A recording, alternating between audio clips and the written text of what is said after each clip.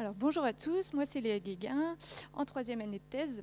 Et donc je vais vous présenter ma thèse qui consiste à faire le point sur les différents types de gestion dans les établissements hippiques, dont l'idée ensuite est d'identifier donc ces meilleurs compromis de gestion pour optimiser à la fois le bien-être des chevaux et des humains et la sécurité humaine.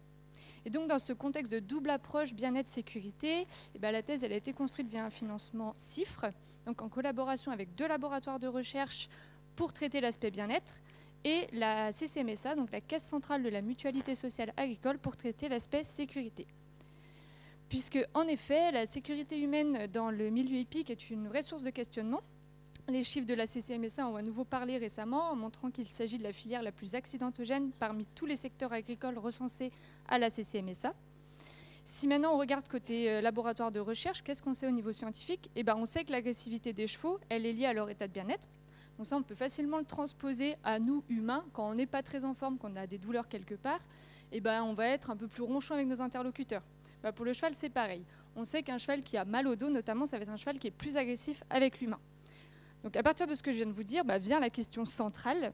Est-ce qu'on peut améliorer la sécurité humaine en optimisant les pratiques de gestion des chevaux et donc en améliorant leur état de bien-être ?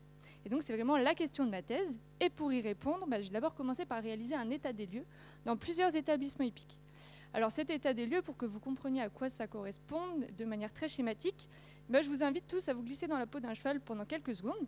Donc il y en a certains, quand je vous dis ça, qui vont peut-être s'imaginer cheval en train de brouter au champ, d'autres cheval en train de manger du foin au box, d'autres dans un contexte de travail, etc. etc.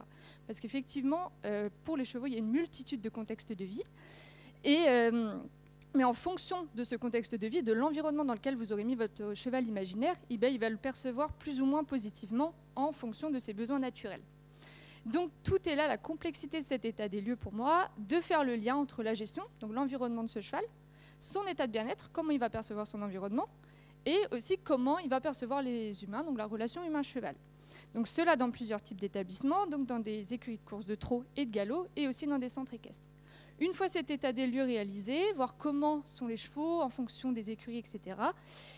Maintenant, si on enlève, on va proposer des modifications de ces gestions-là aux gérants. Donc si on enlève notre casquette cheval et qu'on met maintenant une casquette gérant d'établissement auquel on vient remettre des propositions de changement au sein de sa structure, il va forcément y avoir de sa part des questions d'acceptabilité, d'équilibre financier. Est-ce que ça ne va pas lui coûter trop cher à plus ou moins long terme, ces changements ?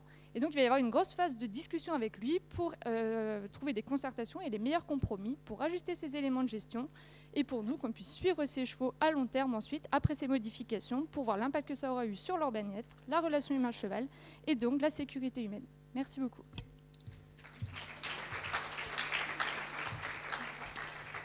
Merci bien.